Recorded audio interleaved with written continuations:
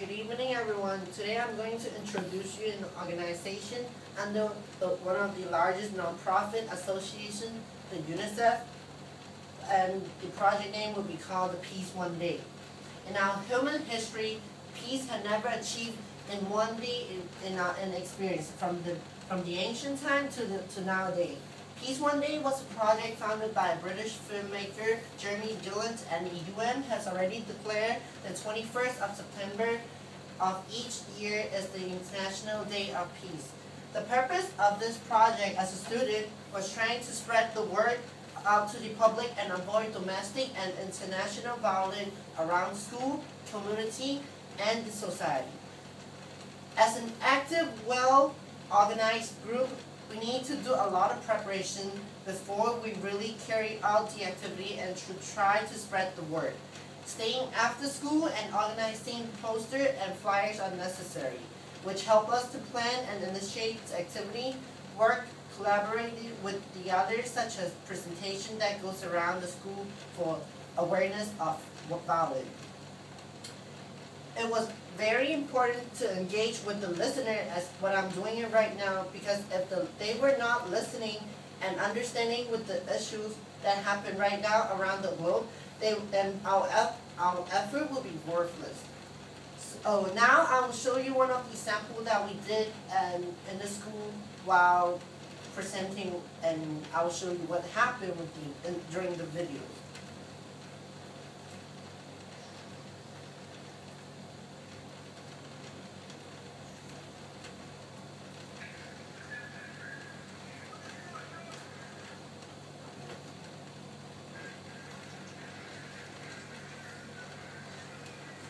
So this is happening while we were back in the day in high school, and our team member was trying to presenting to us, to the student body, what is going on, like what I'm doing right now about Peace One Day. But while we were doing the presentation, they were uncooperative and they were not listening and even throwing plastic bottles to us. So the video is kind of long, so I will cut it short, but that's what happened during the presentation.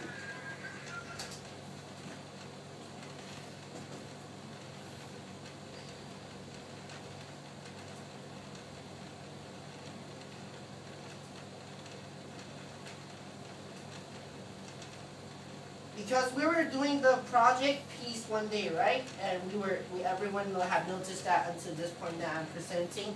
We cannot use violent or disrespectful actions to solve the problem that we were facing. New challenges had come in front of us, and we overcome with our patience, with new skills that we learned from during the presentation to show the preservation of the activity and control our emotion with great forgiveness to the student body. Okay, that was a presentation that we were doing to one group of student body. But there was a whole school event in our school during the late September 21st, 2010. It was the day of the International Peace Day. It shows our effort and initiative by organized students to wear blue and white to support a peaceful environment in our school as a representation. Because as you noticed that we were holding a banner while during the videos, and it was basically blue and white, and that was the color of the Peace One Day sign. It was a whole school event, and everybody was involved in, like teachers, students, and faculty. I once believed that we would make a little impact in our community as everyone around the school, because people will learn what is peace about. Like they will notice that, oh, why this school is wearing blue and white today, and people dress differently as usual, like because our uniform were green and gray, but we were wearing blue and white that day, so people would notice the difference, and they would trying to find out what is going on with the school, and from that everyone make a little impact for the whole event. There were also plan distribution going on around the school to promote peace by having a sign inside the plot of the plan. A plan were distributed by us to the teacher and faculty and placed it around their office and classroom. awareness of peace always appear around the school during that month and make a contribution to our project. However, as a team, we were non-funding organization and also we were students. We have to make fundraising during the whole event to support our activity. So there's a trick or treat fundraising for UNICEF.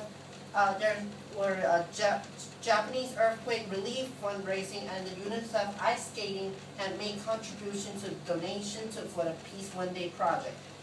In back of our mind, these events were very successful, but we did learn mistakes from these failures because, for example, for the project Haiti, we were trying to raise money for the Haiti earthquake that happened the year before last year. However, we cannot overcome some of the obstacles for the project, such as very short, limited of time and hope. The project was never accomplished. So commitment had demonstrated in this part of the project. At least we try to do the best we can for the disaster that happened. To conclude, I learned about my community as I worked on the project. The community that we were living is full of domestic violence.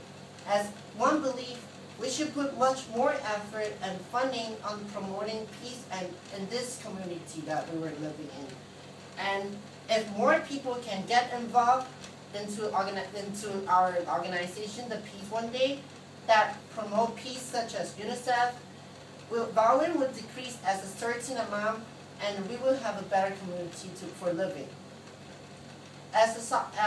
Back in the day when I was a sophomore, I was getting involved into a robbery because I was looked different and compared to the other. And my iPod has got stolen from two of the students that inside our school. The iPod that they had taken away from me was a very valuable gift for myself. But what I've learned from this project made me feel a lot better than for what the iPod cost for me. And this is my presentation. Thank you very much. Is there any question? Do you think Peace One Day is going to be possible around the world? You mean Peace One Day as the project, or the Peace One Day that really appease that there's actually a peace in the world? Do you think that's going to be possible? From what I see and what I have learned, I mean, we can try to decrease the amount of violence to a certain level, but as I said, peace has never achieved in our history, and with much more effort that we can put in, I believe it will be possible, but we have to wait for that day. What was the most important thing that you learned from the group activities? Can you say the word one more time? What was the most important thing that you've learned from all the activities that you've done in school?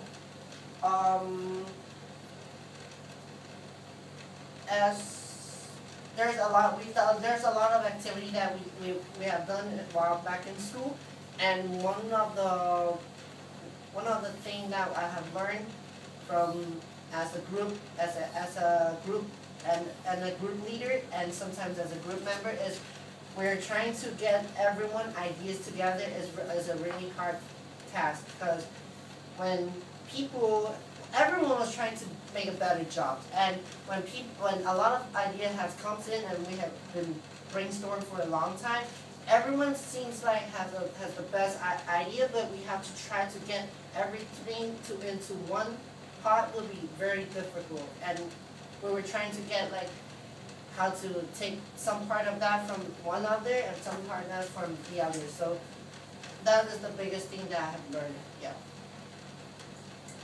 Is there anything? No. All right. Thank you. Thank you for participation, and have a great day. Thank you. Thank you.